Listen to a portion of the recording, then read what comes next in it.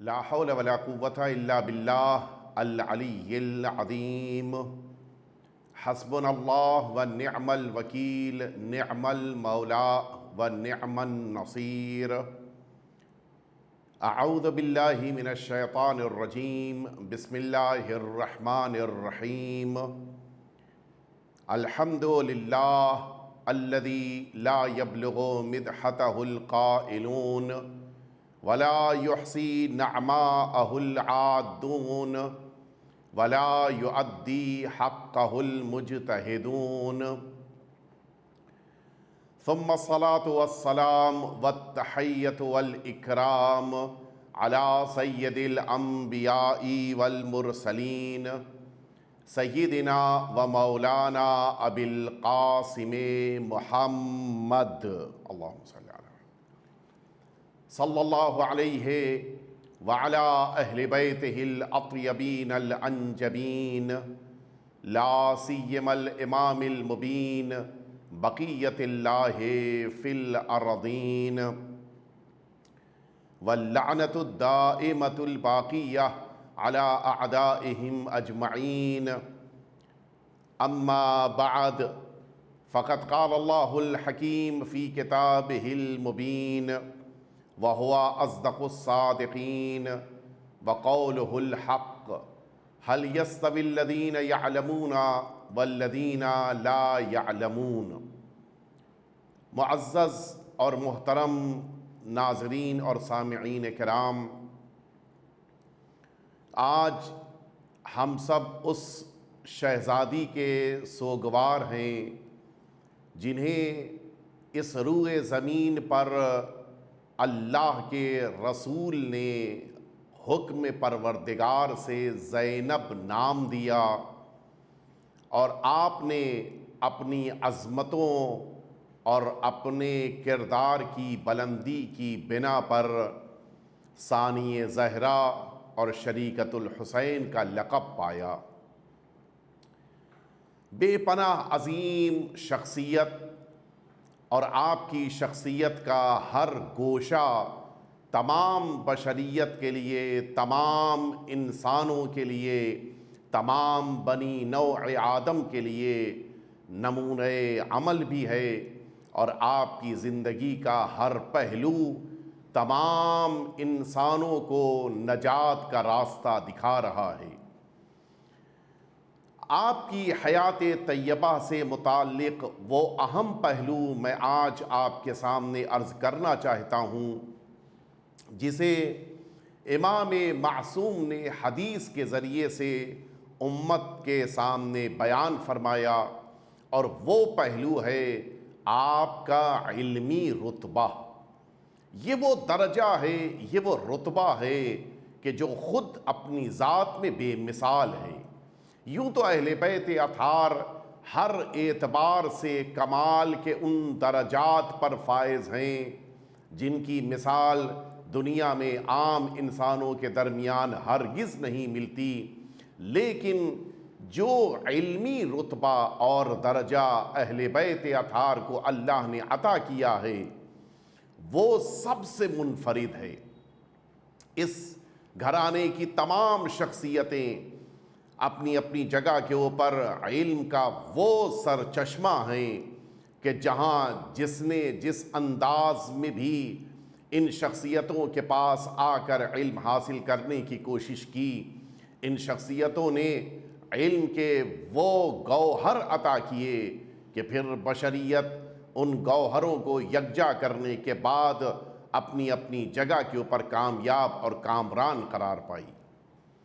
میں عرض کروں، جناب زینب علیہ مقام صلوات اللہ وسلامہ علیہا کا ایک عظیم رتبہ یہ ہے کہ آپ کو امام معصوم نے اس طرح سے خطاب فرمایا کہ امام زین العابدین علیہ الصلاۃ والسلام جو اس روئے زمین پہ اللہ کے چوتھے نمائندے، اللہ کی چوتھی حجت ہیں، آپ نے یہ جملہ فرمایا کہ انتی بحمد اللہ عالمۃ غیر معلمہ.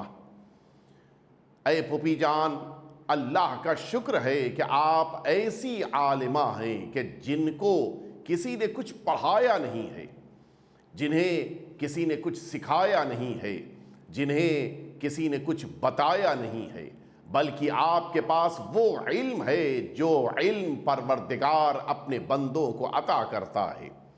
علم الہی کے آ جانے کے بعد پھر انسانوں کو دنیا والوں کے سامنے جانے، زانو ادب طے کرنے اور کچھ حاصل کرنے کی ضرورت نہیں ہوتی۔ جناب زینب علیہ مقام کا درجہ اور رتبہ یہ ہے کہ آپ نے جو بھی علم آپ کے پاس ہے وہ اللہ تبارک و تعالی سے حاصل کیا، وہی علم کہ جو رسالت مآب کے ذریعے سرکار امیر المؤمنین کے توسط سے جناب زینب علیہ مقام تک پہنچا۔ علم کا وہ سمندر ہیں جناب زینب علیہ مقام کہ امام معصوم نے آپ کی علم کی منزلت کا اقرار کرتے ہوئے یہ جملہ فرمایا کہ انتی بحمد اللہ عالمۃ غیر معلمہ۔ میں عرض کروں، دنیا علم والوں سے چھلک رہی ہے، ہر طرف صاحبان علم آپ کو مل جائیں گے، اور اسی لیے قرآن مجید یہ کہہ رہا ہے کہ هل يستوي الذين يعلمون والذين لا يعلمون، جو جانتے ہیں کیا وہ ان کے برابر ہو سکتے ہیں جو نہیں جانتے؟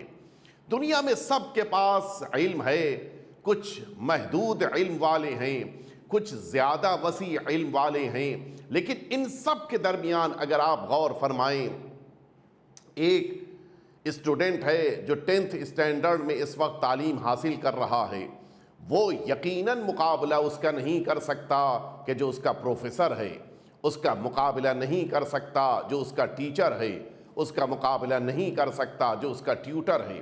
کیوں؟ اس لیے کہ اس کے پاس زیادہ علم ہے، اس اسٹوڈنٹ کے پاس علم کم ہے۔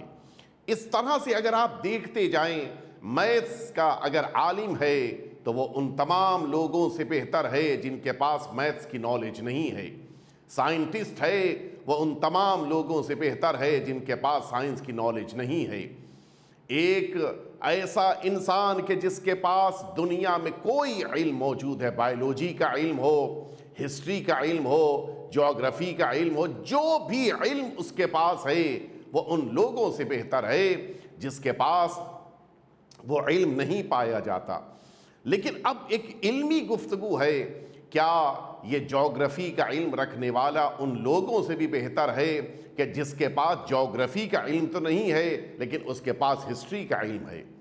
ہسٹری کا جانکار اور عالم کیا ان سے بھی بہتر ہے کہ جن کے پاس ہسٹری کی نالج تو نہیں ہے لیکن سائنٹسٹ ہونے کی بنا پہ سائنس کی نالج ہے؟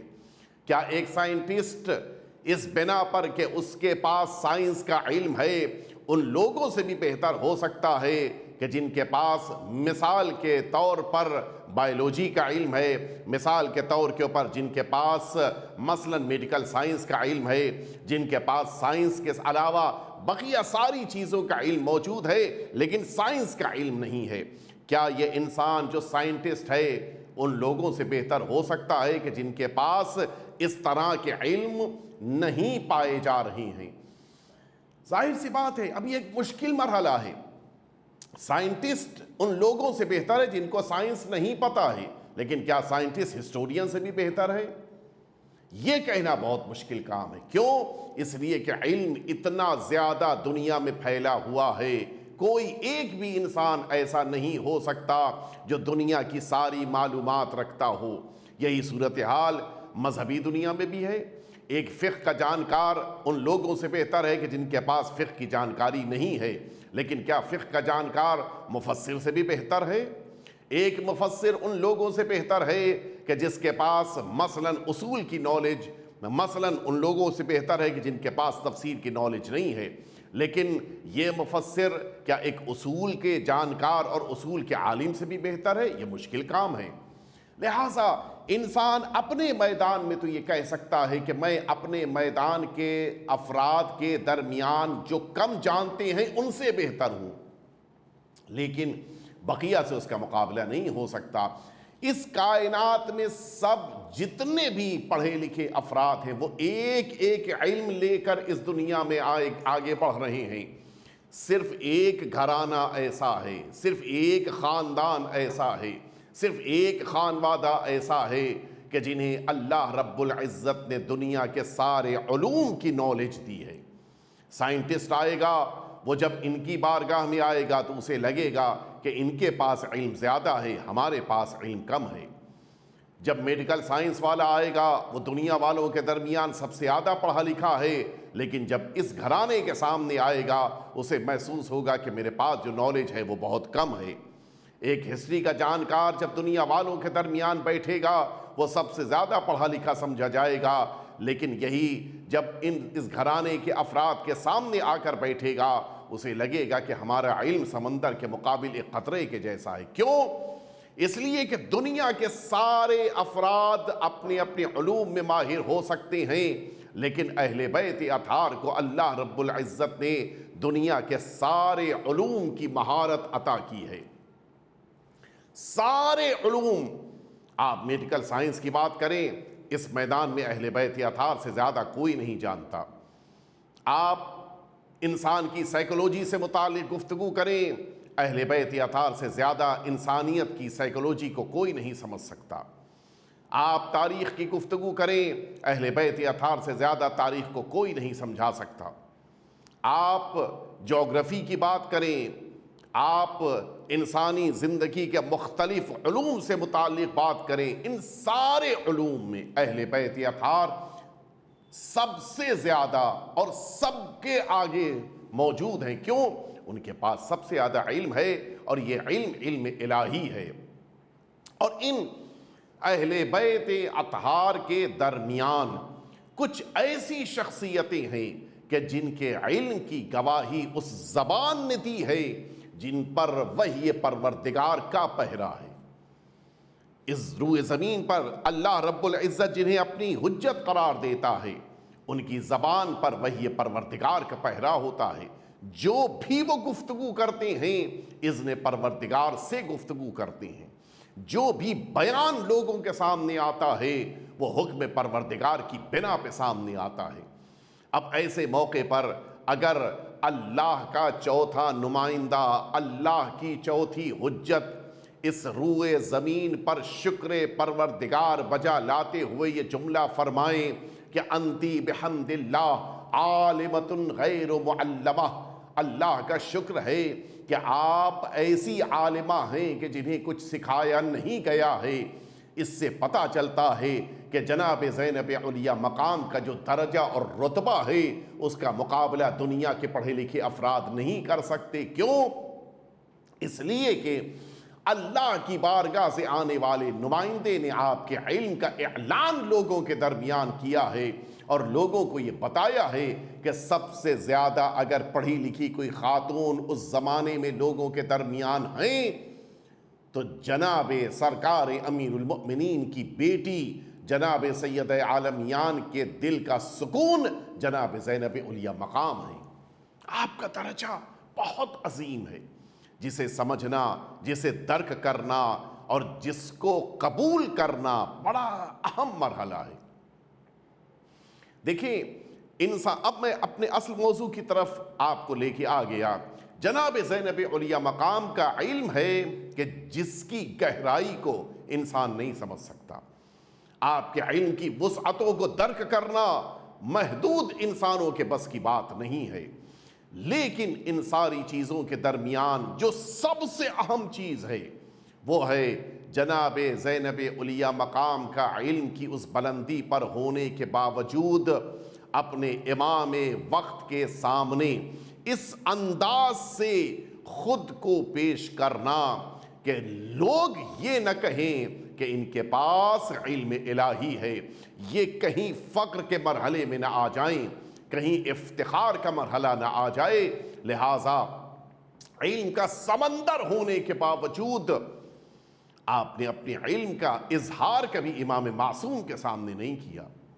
یہ بہت بڑی بات ہوتی ہے۔ انسان کے پاس جب علم آ جاتا ہے تو انسان کوشش کرتا ہے کہ اپنے علم کا مظاہرہ کرے، کوشش کرتا ہے کہ لوگوں کے سامنے علم کو پیش کرے، کوشش کرتا ہے کہ لوگوں کے درمیان اس کے علم کا چرچا ہو، لیکن کہیں ایک بھی جگہ آپ کو یہ چیز نہیں ملے گی۔ مسئلے وہ مسئلے کہ جن کو عام انسان جانتا ہے، اس کے باوجود ان مسئلوں سے متعلق بھی امام معصوم سے دریافت کرنا اور پھر اس کے مطابق عمل کرنا، یہ اس عظیم الشان شہزادی کی ذات کی عظمت کی دلیل ہے کہ جن کے پاس علم الہی بھی ہے اور ساری امت کی رہبری کی ذمہ داری بھی ہے۔ آپ غور تو فرمائیں، ایک جگہ کے اوپر اگر آگ لگ جائے، اس جگہ کے اوپر موجود سارے افراد نہ کچھ سوچتے ہیں، نہ کچھ پوچھتے ہیں، نہ کچھ دریافت کرتے ہیں، بلکہ ایک فطری عمل ہوتا ہے۔ وہ فطری عمل یہ کہ انسان اس آگ سے فرار کرنے کی کوشش کرتا ہے۔ کسی طرح سے بھی اس موقع کے اوپر انسان کوئی بھی مسئلہ دریافت نہیں کرتا، لیکن ہمارا کروڑوں سلام ہو امیر المؤمنین کی شیر دل بیٹی جناب زینب علیہ مقام کو، شعلوں میں گھری ہوئی ہیں، بھڑکتی ہوئی آگ کے درمیان موجود ہیں، لیکن پھر بھی امام معصوم کی عظمت کے مقابل اپنے اندر یہ جذبہ آپ رکھتی ہیں کہ امام معصوم کی اجازت ہو تو اگلا قدم بڑھے، امام معصوم فرما دیں تب پھر جناب زینب علیہ مقام اس جلتے ہوئے خیمے سے ساری بیویوں کو لے کے باہر آ جائیں۔ سب سمجھتے ہیں کہ اپنی جان کو بچانا ضروری ہے، لیکن یہ جانتے ہوئے بھی اپنے امام وقت کے شانے کو ہلا کر یہ پوچھنا کہ ہم سب کی ذمہ داری کیا ہے، جلتے ہوئے خیمے میں جل جائیں یا باہر نکل کے اپنی جان بچائیں۔ اور جب امام معصوم نے کہہ دیا کہ اپنی جان کو بچانا ضروری ہے، تو اب خیمے سے سارے بچوں کو، ساری بیویوں کو لے کے جناب زینب علیہ مقام نکل رہی ہیں۔ بس مجھے کہنے دیجئے، بغیر فکر کے، بغیر ارادے کے، بغیر کسی سے دریافت کیے ہوئے اپنے کو خطرات سے بچانا یہ انسانی فطرت ہے، لیکن جب اسی انسانی فطرت پر انسان غالب آ جائے اور پھر اپنی اس انسانی فطرت کو چھوڑ کر امام معصوم کی اطاعت کا جذبہ پیدا کر لے، تو پھر ایسی شخصیت کو جناب زینب علیہ مقام کہا جاتا ہے۔ پھر اتنی عظمت پیدا ہو جاتی ہے کہ امام معصوم آپ کے علم کی گواہی دیتے ہیں، پھر وہ عظمت پیدا ہوتی ہے کہ امام وقت آپ کو سلام کرتے ہیں۔ یہ درجہ ہے، یہ رتبہ ہے آپ کا، اور آپ شجاعت، بہادری، دلیری، ان ساری چیزوں کے درمیان جناب زینب علیہ مقام کے علم کو تو مشاہدہ فرمائیں۔ آپ کی بہادری ہے کہ ظالم کے دربار میں رسن میں جکڑے ہونے کے باوجود آپ پوری ہمت کے ساتھ، پوری دلیری کے ساتھ اپنی شجاعت کا مظاہرہ کرتے ہوئے آپ وہ خطبہ دے رہی ہیں کہ جو خطبہ مشکلات میں گھرے ہوئے انسان کے لیے دینا ناممکنات میں سے ہے۔ میں علم کی گفتگو کر رہا ہوں، لیکن ایک پہلو کی طرف متوجہ کرانا چاہ رہا ہوں۔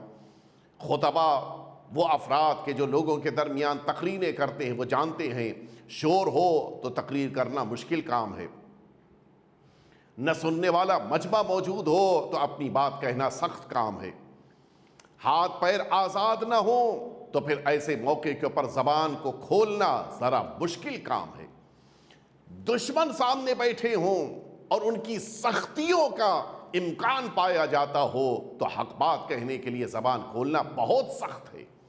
ان ساری مشکلات کے باوجود رسن بستہ ہیں، ہاتھ بھی بندھے ہوئے ہیں، زنجیریں بھی پڑی ہوئی ہیں، سامنے اپنے قریبی بھائی بہن بقیہ سارے اعزاء بھائی کے سر کو دیکھ رہی ہیں، بھتیجے بیٹے بچے سب کے سروں کو دیکھ رہی ہیں، بہن بقیہ بچوں کو اسیر دیکھ رہی ہیں، بھتیجے کو اسیری کے عالم میں دیکھ رہی ہیں، اور ان کرسی نشیں دشمنوں کے درمیان شور مچاتے ہوئے مجمع کے بیچ دلیری اور بہادری کے ساتھ خطبہ دیتے ہوئے حق بات کو بیان کر رہی ہیں۔ یہ صرف اس لیے جناب زینب علیہ مقام کے لیے ممکن ہوا کہ آپ نے سرکار امیر المؤمنین اور جناب صدیقہ طاہرہ کی آغوش میں پرورش پائی ہے۔ لیکن اب آئیے، میں آپ کی خدمت میں عرض کروں کہ اس شجاعت اور بہادری کے درمیان بھی اپنے علم کا مظاہرہ کرنا یہ بہت بڑی بات ہے۔ جس موقع کے اوپر اسی یزید نے پوچھا کہ بھائی قتل ہو گیا، بیٹا قتل ہو گیا، سارے گھر والے تہہ تیغ کر دیے گئے، بتاؤ تم نے اپنے پروردگار کو کیسا پایا؟ توحید کی محافظ بن کے زینب علیہ مقام نے علم کا وہ عظیم گوشہ دنیا والوں کے سامنے پیش کیا کہ آج تک بشریت کی عقل حیران ہے، ششدر ہے کہ جناب زینب علیہ مقام نے اتنا عظیم جملہ کہا کیسے؟ فرماتی ما رأیتہ الا جمیلا، تو چاہتا ہے کہ میں ان مشکلات میں گھر جانے کے بعد اپنے پروردگار کے خلاف زبان کھولوں؟ یہ تیری نادانی ہے، نافہمی ہے، تو نہیں جانتا کہ میں کس گھرانے کی شہزادی ہوں۔ میرا گھرانہ ان مشکلات میں بھی پروردگار کی عبادت کو اپنی زندگی سمجھتا ہے۔ فرماتی ما رأیتہ الا جمیلا، مشکلات ہیں، سختیاں ہیں، پریشانیاں ہیں، مصیبتیں ہیں، شکنجے ہیں، ساری چیزیں ہیں، ان سب کے باوجود میں نے اپنے پروردگار کو حسین و جمیل پایا ہے۔ یہ وہ علم کا گوشہ ہے جس کو سمجھنے اور سمجھانے سے آج فلسفہ بھی عاجز ہے، جس کو سمجھنے اور سمجھانے سے دنیا کا عرفان بھی اپنے کو عاجز محسوس کر رہا ہے۔ مفسرین، محدثین، وہ شارحین، یہ سارے افراد اس ایک جملے کی گہرائی کو آج تک نہیں سمجھ سکے۔ مشکلات میں گھر جانے کے بعد اپنے پروردگار کی توحید کو اس طرح سے پیش کرنا، یہ صرف جناب زینب علیہ مقام کی عظمت ہے۔ کون یہ کام کر سکتا ہے؟ اور پھر آپ اگر محسوس فرمائیں، جناب زینب علیہ مقام اسی بھرے دربار میں ایک عظیم دعویٰ کر رہی ہیں۔ ہم بھی اپنی گفتگو کے دوران جب مستقبل کے بارے میں کوئی بات کہہ رہے ہوں، بڑی احتیاط سے اس طرح سے بات کہتے ہیں کہ بات اگر نہ مکمل ہو تو پھر ہماری آبرو نہ چلی جائے۔ ہم سب کا یہ مزاج ہے۔ اگر مثال کے طور کے اوپر ہمیں یہ کہنا ہے کہ کل یہ کام ہونا ہے، شاید ممکن ہے کہ یہ کام کل ہو جائے، اس طرح سے شاید اور ممکن ہے ان ساری لفظوں کی تکرار کے ذریعے سے ان کے حساب میں قرار دیتے ہوئے اپنی بات کو اس لیے کہتے ہیں کہ اگر نہ بھی ہوا تو کم از کم ہمارے پر الزام تو نہ آئے۔ کوئی مستقبل کی خبر دیتے ہوئے کبھی بھی اللہ کی قسم نہیں کھاتا۔ میں قسم کھا کے کہہ رہا ہوں کہ کل یہ کام ہوگا، ممکن نہیں ہے۔ کیوں؟ اس لیے کہ قسم کھا کے مستقبل کی بات وہی کہہ سکتا ہے جس کی نگاہوں کے سامنے مستقبل کی وسعتیں موجود ہوں۔ اب آئیے میں آپ کی خدمت میں عرض کروں، یہی بھرے دربار میں جناب زینب علیہ مقام نے اللہ کی قسم کھا کے مستقبل کے بارے میں وہ بات کہی ہے کہ جس کو سوائے اہل بیت اطہار کے گھرانے کے کوئی دوسرا نہیں کہہ سکتا۔ فرماتی ہیں اس بھرے دربار میں یزید کو خطاب کر کے، فرماتی فقد قیدک وجہد جہدک وسعا سعیک فواللہ لا تمحو ذکرنا۔ فرماتی اے یزید جتنی کوششیں کرنا چاہے کر لے، سعی و تلاش جتنا کرنا چاہے تو کر لے، جتنی بھی تیرے اندر طاقت اور توانائی ہے ساری توانائی کو تو استعمال کر لے، لیکن تیرے دربار میں کھڑے ہو کر رسول کی بیٹی قسم کھا کے یہ کہہ رہی ہے کہ خدا کی قسم تو ہمارے تذکرے کو مٹا نہیں سکتا۔ اور یہی نتیجہ ہے، دربار میں کھڑے ہو کے کل جناب زینب علیہ مقام نے اللہ کی قسم کھا کے یہ بات کہی تھی کہ ہمارے تذکرے کو کوئی مٹا نہیں سکتا ہے۔ نہ جانے کتنے یزید آئے چلے گئے، نہ جانے کتنے شمر آئے دنیا سے رخصت ہو گئے، نہ جانے کیسے کیسے ظالم جابر بادشاہ آئے، لیکن وہ تذکرہ اہل بیت اطہار کو نہیں مٹا سکے۔ حجاج بن یوسف ثقفی نے کیا کیا ظلم نہیں ڈھائے، لیکن آج حجاج کا نام لینے والا کوئی نہیں ہے، ذکر امام حسین ہر جگہ ہو رہا ہے۔ متوکل جیسے سفاک ظالم نے امام حسین کے حرم مطہر کو کتنی دفعہ منہدم کرایا۔ آج متوکل کا ذکر بھی نہیں ہوتا، پوری دنیا امام حسین کی بارگاہ کی طرف متوجہ ہو رہی ہے۔ یہ وہ وعدہ ہے جو کل بھرے دربار میں کھڑے ہو کے زینب علیہ مقام نے کیا تھا۔ کون مستقبل کے بارے میں قسم کھا کے بات کہہ سکتا ہے؟ وہی کہہ سکتا ہے، پھر میں دہرا رہا ہوں، وہی کہہ سکتا ہے یا وہی کہہ سکتی ہیں جن کی نگاہوں کے سامنے مستقبل کی وسعتیں پائی جاتی ہوں۔ جناب زینب علیہ مقام کی علم کی وسعت یہ ہے، لوگ ماضی کے بارے میں بھی لوگوں سے پوچھ کر جانکاری حاصل کرتے ہیں، حال کے بارے میں بھی احتیاط سے گفتگو کرتے ہیں، مستقبل کے بارے میں کہنے کی تو کسی کے اندر ہمت نہیں ہے۔ لیکن جناب زینب علیہ مقام کی علم کی وسعت یہ ہے، ماضی بھی خود اپنی نگاہوں سے دیکھا ہے، حال نگاہوں کے سامنے موجود ہے، مستقبل کی خبر قسم دے کر بیان کرتے ہوئے یہ دنیا کو پیغام دے رہی ہیں کہ میرے حال ہی کی طرح سے میری نگاہوں کے سامنے میرا مستقبل بھی موجود ہے۔ یہ ہے جناب زینب علیہ مقام کی علمی منزلت۔ کون سمجھ سکتا ہے کیا رتبہ اللہ نے جناب زینب علیہ مقام کو دیا ہے؟ اور اسی لیے جناب زینب علیہ مقام کے القاب میں ایک لقب ہے شریکت الحسین۔ آپ سرکار سید الشہداء کی ان تمام ذمہ داریوں میں برابر کی شریک ہیں، اور اسی لیے جناب زینب علیہ مقام نے امام حسین کے مشن کو، امام حسین کے مقصد کو بچایا ہے۔ کربلا میں سارے واقعات کربلا دفن ہو جاتے اگر جناب زینب علیہ مقام کی محنت نہ ہوتی۔ ہمت نہیں ہوئی کسی کے اندر کہ واقعات کربلا کو مجروح کر سکے۔ کیوں؟ اس لیے کہ واقعات کربلا کی محافظت زینب علیہ مقام نے اپنے کاندھوں پر لی تھی، اور اسی لیے یہ جملہ یقیناً حقیقت رکھتا ہے کہ سارے اسلام کو، ساری شریعت کو، سارے دین کو، قرآن کو اگر بچایا ہے تو امام حسین نے بچایا ہے، اور امام حسین کے مشن کو، مقصد کو اگر کسی نے بچایا ہے تو جناب زینب علیہ مقام نے بچایا ہے۔ کروڑوں سلام ہو اس شہزادی پر جنہوں نے اسیری برداشت کی لیکن حسینی مشن کو برباد نہیں ہونے دیا، جنہوں نے گلے میں رسی بندھوائی لیکن امام حسین کے پیغام کو نیچے جھکنے نہیں دیا، جنہوں نے مشقتیں، مصیبتیں برداشت کیں لیکن کسی بھی موقع کے اوپر آپ نے صلح، مصالحت یا بیعت کی بات کو قبول نہیں کیا۔ یہ جناب زینب علیہ مقام کا وہ جہاد ہے کہ جس جہاد کی مثال کہیں دنیا میں نہیں ملتی۔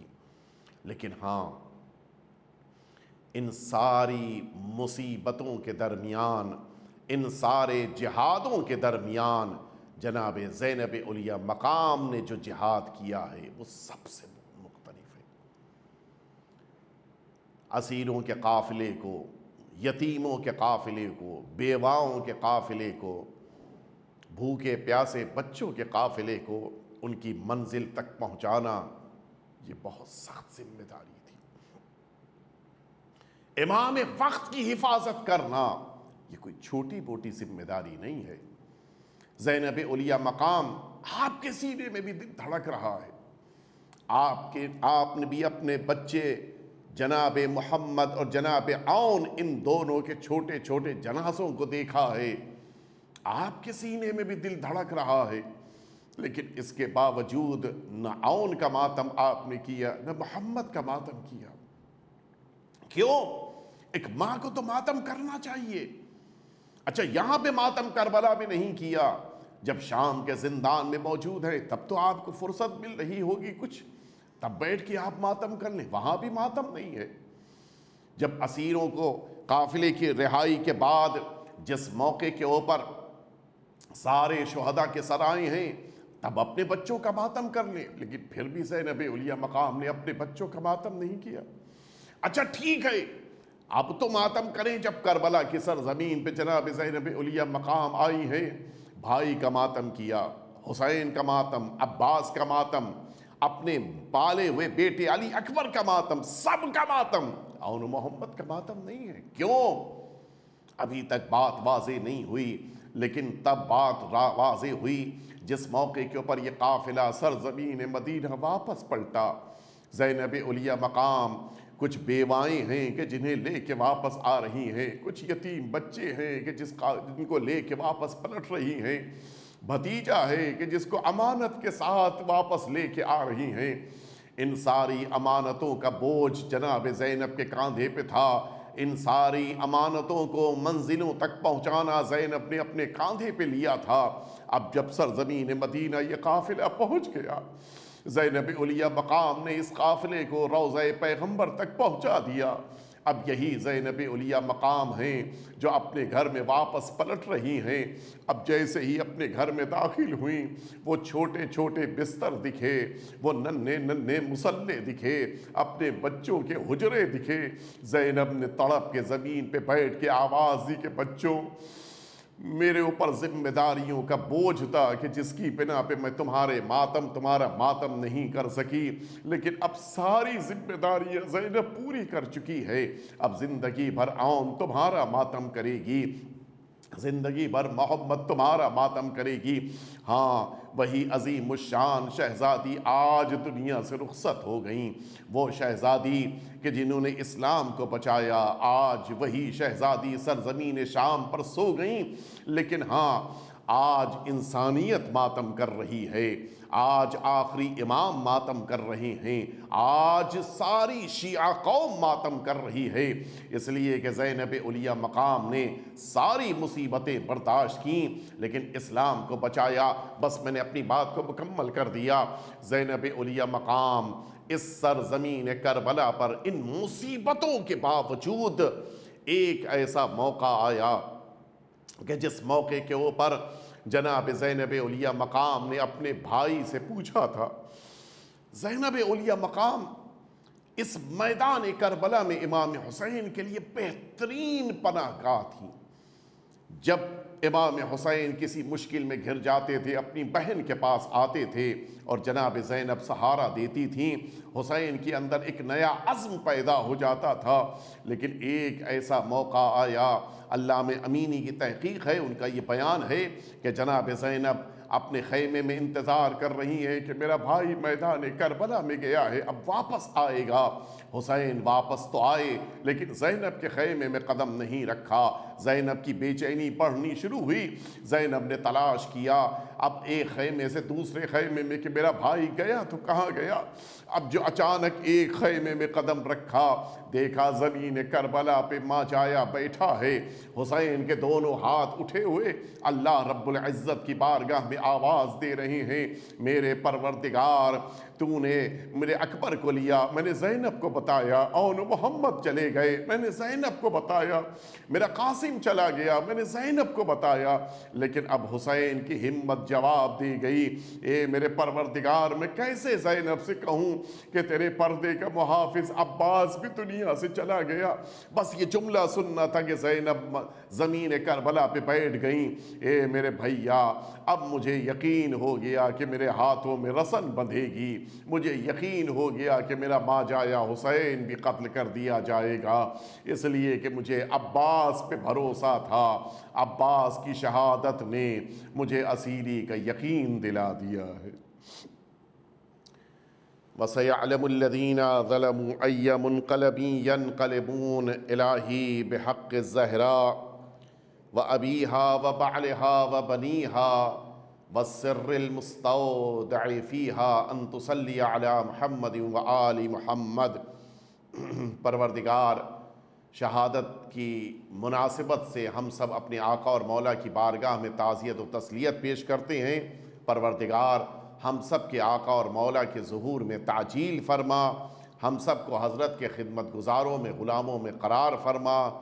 پروردگار، جناب زینب علیہ مقام کی شفاعت میدان محشر میں نصیب فرما۔ ربنا تقبل منا انک انت السمیع العلیم۔